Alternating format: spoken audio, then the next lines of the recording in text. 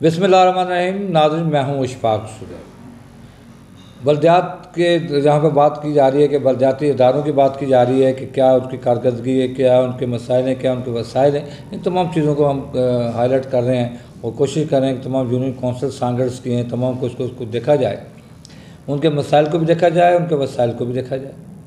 इस वक्त जिस यूनियन कौंसिल में मैं मौजूद हूँ, यूनियन कौंसिल खटवारी कहलाती है, जो कि 28 नंबर यूनियन कौंसिल है। जमड़ो रोड पे सबसे पहली जो यूनियन कौंसिल आती है वो खटवारी की यूनियन कौंसिल है। इसके अंदर 9 चक, 10 चक, 8 चक, 11 चक, 7 चक, 3 चक, 4 चक, 2 चक और 1 चक। इसके अलावा यहाँ पर बेशुमार गांव देहात भी आते हैं, जिसके अंदर मुख्तलिफ कम्युनिटी यहाँ पर बस्ती है, जिसमें लगारी हैं, जमाली हैं, बरोई हैं और दीगर कौमें जो हैं वो इलाकों में बसती हैं। यूनियन कौंसिल खटवारी के हवाले से बता दूँ कि इस वक्त वफाकी हुकूमत मुस्लिम लीग नून की जो उनके कैंडिडेट जो हैं मुस्लिम लीग नून से उनसे वाबस्ता अली रज़ा जो है वो यहाँ के चेयरमैन हैं। 4 जनरल कौंसलर हैं और 5 इनके मखसूस सीटों पे जहाँ पे जो कैंडिडेट हैं वो यहाँ पे मौजूद हैं। बात कर ली जाती है करेंगे हम लोग यहाँ पर आजकल मीडिया के अंदर बड़ा हाईलाइट हो रहा है अली रज़ा, उसको भी देखते हैं। और पहली दफ़ा यहाँ पे ये हो रहा है कि उनके वफाकी हुकूमत का जो जहाँ पे नुमाइंदा है, जो कि कौंसलर जहाँ चेयरमैन जीता है, उसको पुलिस ने भी हिरासत में ले लिया और उसको जेल भी कस्टडी हो गई। और जिन चीज़ों पे बात कर लेंगे, अली रज़ा साहब क्या कहेंगे आप? बिस्मिल्लाहिर्रहमानिर्रहीम। रब्बी इश्रह ली सदरी व यस्सिर ली अमरी वहलुल उक़दतम मिन लिसानी यफ़क़हू क़ौली। सर, मेरा नाम अली रज़ा, यूनियन कौंसिल खटवारी का मैं चेयरमैन हूँ। और जैसे कि सर ने बताया कि हमारे जो मेरे अंडर में 9 चक और काफ़ी सारी जो बरादरी की गोठें हैं वो आती हैं।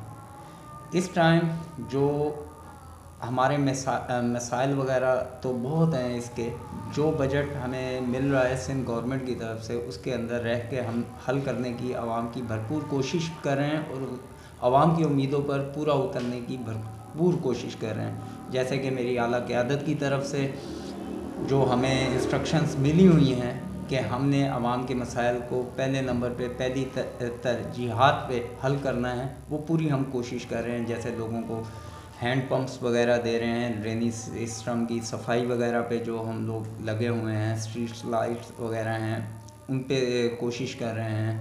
उसके बाद जो हमारे स्कूल्स वगैरह हैं एजुकेशन के, उनको थोड़ा सा उनके जो मसाइल हैं छोटे बड़े, उनको हल करने की इस बजट के अंदर हल करने की पूरी कोशिश कर रहे हैं। जिसमें मेरे 4 जनरल काउंसलर्स हैं, वो मेरा भरपूर साथ दे रहे हैं। सर जी, अली रज़ा साहब, आप कह रहे हैं कि इस वक्त वफाक के अंदर आपकी हुकूमत है और उसका भी आपको सपोर्ट होगी, जिस तरह से सिंध गवर्नमेंट है, सिंध के जो पीपल्स पार्टी के जो उम्मीदवार होते हैं उनकी सपोर्ट होती है। आपके ऑफिस को देखकर तो नहीं लग रहा कि आपकी वफाकी हुकूमत जो है सपोर्ट कर रही हो।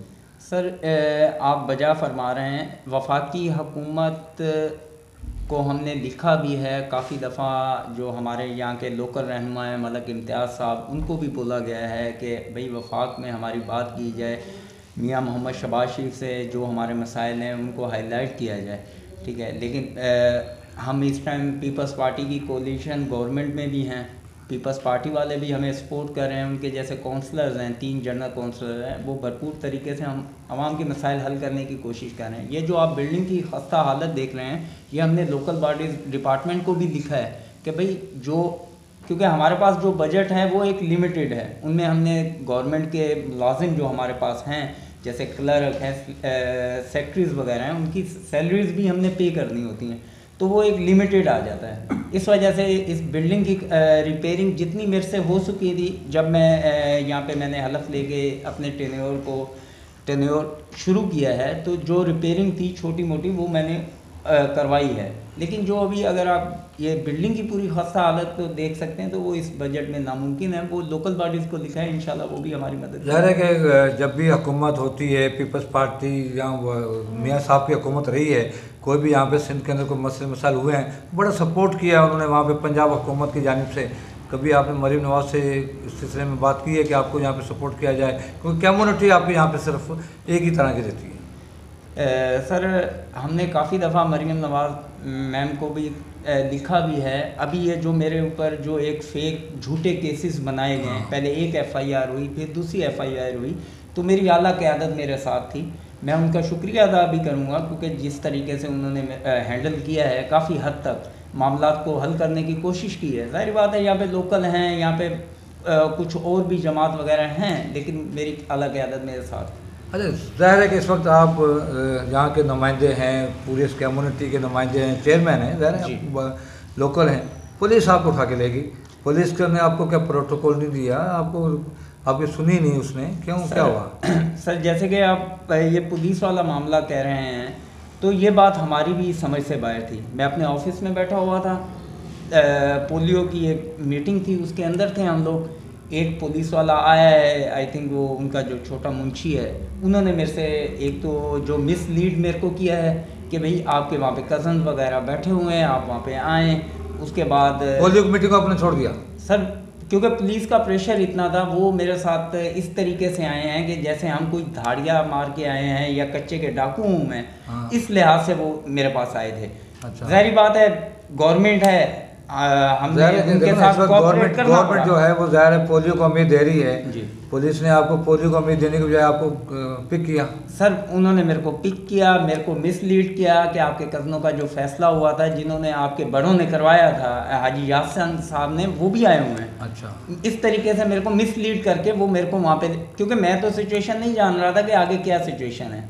जब वहाँ पे पहुँचे हैं तो वहाँ पे जो उनका बिहेवियर था वो बिल्कुल ही एक, आप समझ लें, मुजरिम की तरह, बदनाम मुजरिम की तरह। अच्छा। आप सही लफ्ज़ आपने यूज़ किया। उस तरीके से मेरे से डील किया गया, ना ही मेरी यूसी की आवाम का ख्याल रखा गया इन लोगों ने कि भाई ये एक नुमाइंदा है, आवाम ने सेलेक्ट करके यहाँ पे भेजा है। लेकिन वहाँ पे जो SHO वगैरह थे या जो उनका पुलिस वाले थे, उन्होंने बहुत बिहेवियर उनका बहुत गलत। आपने पुलिस के खिलाफ, रवैये के खिलाफ कोई अपनी क़यादत को लेटर लिखा आपने? सर ऑफिशियल तौर पे?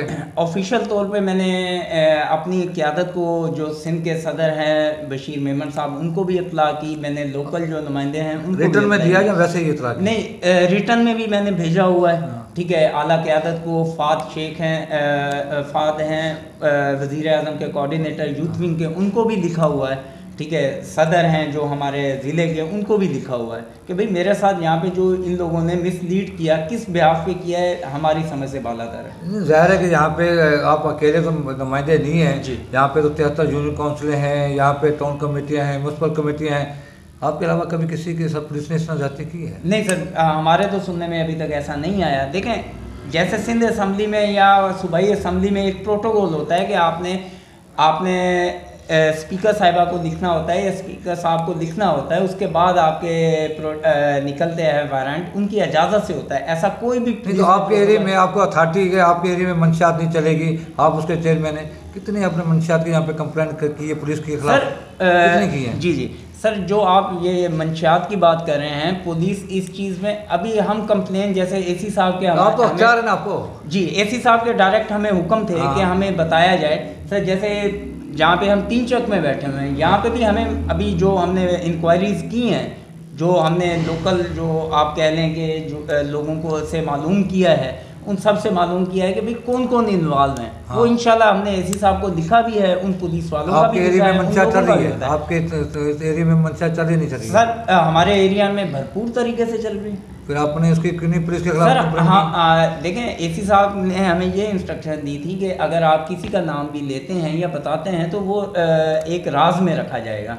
ठीक है, उनके खिलाफ AC साहब रिएक्शन। तो आपको तो राज में नहीं रखा गया, आपको तो राज में नहीं रखा गया सर। वही तो मैं, यही तो बात हमें जो एक चीज़ कह रही है कि जो प्रोटोकॉल था एज अ चेयरमैन या पुलिस को लेना चाहिए था, वो सब को इन्होंने बाईपास किया। हाँ। किसके हुक्म से किया, क्यों किया, ये इस चीज़ के हम बालातर। अच्छा, आप क्या करेंगे अभी आपके एरिया में जो मंशा चल रही है उसके बारे में क्या करेंगे आप? सर उसके बारे में हम लोगों ने अगर हम चलते हैं आपके साथ, आप चलेंगे हमारे साथ? सर भरपूर तरीके से हम चलेंगे। उसके बाद जो AC साहब को हमने अपने लेटर हेड पे यूनियन काउंसिल के लिखेंगे, उनको नॉमिनेट करेंगे हर तरीके से। जो AC साहब का हमें DC साहब, AC साहब के जो इंस्ट्रक्शन है उसको, उस प्रोटोकॉल को हम फॉलो करते हैं। मैं पोलियो का फिर मीटिंग कॉल हो जाती है तो आपके क्या खदशात होंगे? इसी पुलिस के साथ बैठकर आप काम करेंगे जो आपको यहाँ पे रिस्पॉन्स देने को तैयार नहीं? सर जो लीगल तरीका है देखें अभी तो फिलहाल हम जमानत के पीछे पड़े हुए थे, एक एफआईआर की जमानत कराई, दूसरी इन्होंने हमारे ऊपर बिला वजह लगा दी। हमारा सामान उठाने के बाद हमारे ऊपर एफआईआर लगवा दी गई। ठीक है, किसके कहने पे लगाई गई ये एसएचओ साहब आपको राय दे सकते हैं, बता सकते हैं कि भाई किन के कहने पे? सियासी प्रेशर था। जाहिर बात है, एसएचओ ने हर चीज से बताया है कि भाई सियासी प्रेशर था। अच्छा, हमारे ऊपर किसका था ये अभी उन्होंने हमको नहीं बताया कि किन का प्रेशर था, कैसे प्रेशर था। वो तो जाहिर बात हर चीज नजर आई है, लेकिन मेरे को शिकायत उन लोगों से थी कि जो इस टाइम इस इलाके में जो बड़े थे, हमारे गांव के बड़े थे या लोग थे, उनमें से किसी ने एसएचओ साहब से ये नहीं पूछा कि यार आप एक नुमाइंदे को उठा रहे हो, मेरा जो राइट है एहतजाज का, जो मैं प्रोटेस्ट करूंगा, जाहिर बात है जब मैं इन केसेस से निकलूंगा तो मैं एक कानूनी रास्ता जो मेरे पास है, कोर्ट है, क्योंकि मुझे जज साहिबान पे पूरा भरोसा है। ठीक है, जो हमारी जुडिशरी है वो एक बिल्कुल ईमानदार अदारा है, उनके पास हम जाएंगे। अच्छा, अभी आप चेयरमैन हैं जी, आप पर पुलिस का प्रेशर रहेगा, आप पर जहाँ पे लोकल जो आपके मुखालिफिन उनका प्रेशर रहेगा, क्या कारकर्दगी होगी आपकी? सर ये हमारा जो टेन्योर हो चुका है ये 18 मंथ का हो चुका है। इस 18 मंथ में मेरे ऊपर जो प्रेशर रहा वो अच्छे तरीके से मैंने हैंडल किया उसको। अपने जनरल काउंसलर के साथ भी मैंने डील करने की कोशिश की है, वो भी मेरे साथ चले हैं काफ़ी हद तक। कभी किसी अदारे का प्रेशर आया मेरे ऊपर, उसको भी डील किया। बजट के हवाले से जो आया, जो मैंने तकसीम की अपने काउंसलर्स के इक्वल की, ना मैंने किसी का प्रेशर लिया ना। सबसे बड़ी बात थी जो मेरे को इंस्ट्रक्शन थी वो, अगर आप कह लें कि मतलब इम्तियाज़ साहब की जो इंस्ट्रक्शन थी कि करप्शन फ्री होना चाहिए हर सिस्टम। उसके बाद जो पीपल्स पार्टी के बड़े थे यहाँ के सिंध के, उनकी भी यही इंस्ट्रक्शन थी कि आप करप्शन से फ्री हो। मैंने उस प्रोटोकॉल को फॉलो किया है और अपने भरपूर तरीके से अपना जो भी सिस्टम है उसको क्लियर रखा है मैंने। ठीक है, आप अवामी लीडर हैं, आपका जो सेक्रेटरी है, जो आपके साथ सिग्नेचर होल्डर है जी, वो सरकारी है जी। क्या किस तरह चल रहा है सिस्टम सारा? सर देखें, जब आप किसी सिस्टम में इंटर होते हैं, जैसे मैं एक, आप कह सकते हैं कि आपको अथॉरिटी तो नहीं ना, अकेले चेक तो नहीं पास करा सकते आप? नहीं, मैं नहीं करवा, मैं वही आपको बता रहा हूँ कि मैं एक एलियन था इस सिस्टम में। जो ये इलेक्शन का आया, सियासत में आए, मैं एज अ एलियन आया।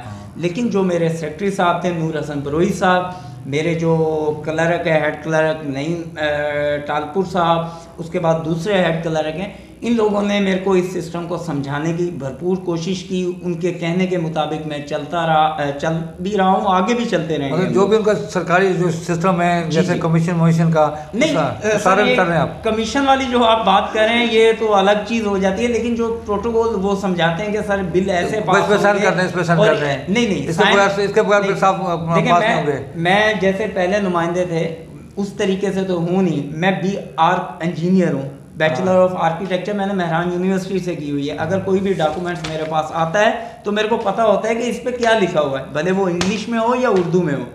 मैं उस चीज़ को पूरा समझता हूँ, पढ़ता हूँ। उसके बाद पूरे उनके मोबाइल का डेटा, जाहिर बात है जैसे आप बात कर रहे हैं कि डाउट तो होता है हमारे दिल में कि कोई हो, उसका मोबाइल कहा जा रहा है कभी आप नहीं कहा जा रहा है कभी आपको जब जेल लेकर गए जी बहुत सारे साइन आपसे करा लिए गए चेकों पे, जो आपके पास बैलेंस वगैरह था, किस हद तक सदाकत है इसमें?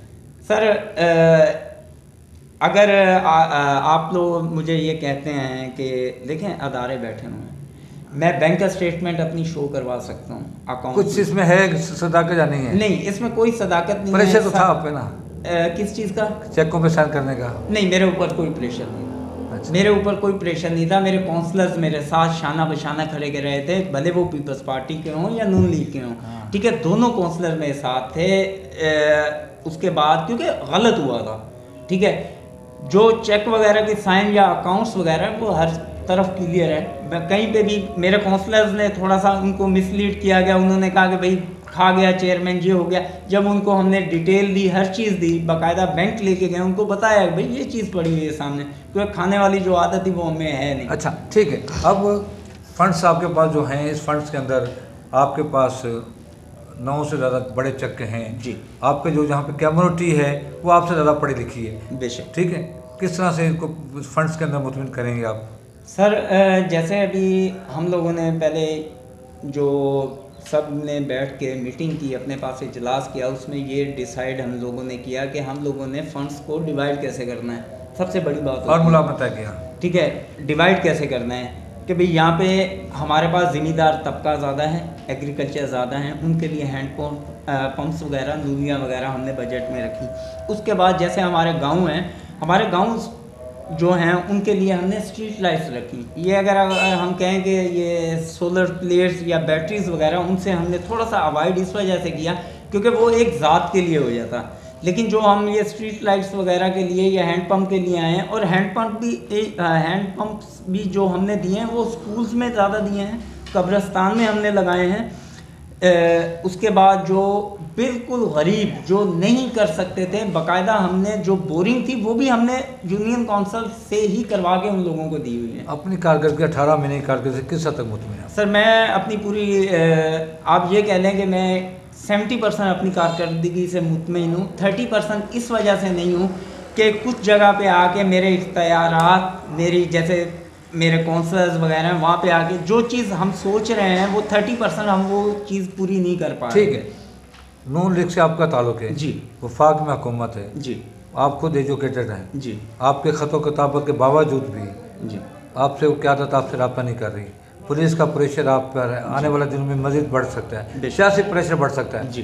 क्या क़यादत से मिलने के आपसे वो अमकानात हैं नहीं हैं? अगर होंगे तो क्या डिमांड करेंगे अपने यूनियन काउंसिल के लिए, अपने इलाके के लिए? सर जो जैसे कि आप कह रहे हैं क़यादत जो हमारी सिंध की हैं, बशीर साहब हैं, वो हैं, उनसे हमें ये शिकवा है कि हमारे जो नंबर वगैरह फ़ोन वगैरह नहीं अटेंड किए गए। लेकिन जो फ़ाद शेख हैं, वज़ीर आज़म के कोऑर्डिनेटर हैं, वो बाकायदा मेरे साथ कांटेक्ट में थे। उन्होंने बाकायदा हर फोरम पे मेरा केस को उठाया भी है। मैं भी शायद मेरी जो आला क़यादत है वहाँ से भी उन्होंने फ़ोन या जो भी है उन्हें मेरी राय पहुँचाई है। जो मेरी फैमिलीज़ के साथ हुआ, एक धारिये की सूरत में बग़ैर वारंट के पुलिस वाले मेरे घरों में जो घुसे हैं, मेरी सिस्टर के घरों में घुसे हैं, वो सब कुछ उन्हें बताया गया है। लेकिन फिर भी मैं अपने वज़ीर आज़म पहले तो मैं अपने कायद मियाँ नवाज़ शरीफ साहब से ये रिक्वेस्ट करूँगा, सर हम सिंध में बैठे हुए हैं, एक अदना से कारकुन हैं, इस इलाके में बैठ के हम सीट पे आके चेयरमैन बने हैं, लेकिन उस लिहाज से हमारे ऊपर नज़र नहीं रखी गई, हम पे जुल्म किए गए। मैं सियासी बंदा हूँ, मैं किसी का नाम नहीं ले सकता, ना मैं किसी को बोलूँगा, लेकिन आप लोगों से ये रिक्वेस्ट थी कि अगर आप लोग चाहते हैं कि सिंध में कारकुन आपका आपके साथ खड़ा रहे, या तो आप इन लोगों के रहमो करम पे हमें नहीं छोड़ें। आप खुद आके, मरियम नवाज़ खुद आके हमारा गला दबा दे, हमें मंजूर होगा, हम अपने कायद से अपना गला दबाना मंजूर रखेंगे। लेकिन इन दूसरे लोगों ने जो हम पे जुल्म ढा रहे हैं, वो लोग हमारा हमको नहीं मारें, आप खुद आके हमारा गला दबा दें, बराए मेहरबानी करके, हमें मंजूर होगा। जी, मार दें तो कबूल है, लेकिन किसी भी तरह मुखालफिन के हाथों नहीं बनना चाहते। ये थे यूनियन काउंसिल खडवारी के चेयरमैन अली रज़ा, जो अपनी दास्तान बताने के साथ साथ ये भी बता रहे हैं कि पुलिस ने उनको किस तरह से यहाँ से पिक किया। पोलियो मुहिम जो कि कौमी महाज के तौर पर ली जाती है, जिसके लिए कहा जाता है कि सब कुछ तो बर्दाश्त है, लेकिन पोलियो के अंदर किसी तरह की कोताही बर्दाश्त नहीं है। क्या आने वाले दिनों के अंदर अली रज़ा के साथ जो हुआ है, दीगर यूनियन काउंसिलों के साथ भी ये होगा नहीं होगा? वफाक के अंदर मुस्लिम लीग नून है, तो क्या वो अपने कारकुन, अपने वर्कर्स के साथ जिस तरह से यहाँ पे ज्यादती हुई है, इसको कबूल करेगी नहीं करेगी? क्योंकि इस वक्त सिंध के अंदर जिस तरह से सिर्फ और सिर्फ पीपल्स पार्टी के लिए यहाँ पे जमात है, नून लीग वफाक के अंदर उसके साथ कलेक्शन में देखना यह है कि अली रज़ा के साथ ज्यादती जो की है पुलिस ने, मुस्तकबल में इसका अजाला होता नहीं होता है। कैमरा टीम के साथ इशफाक सुलैमान, सांगड़।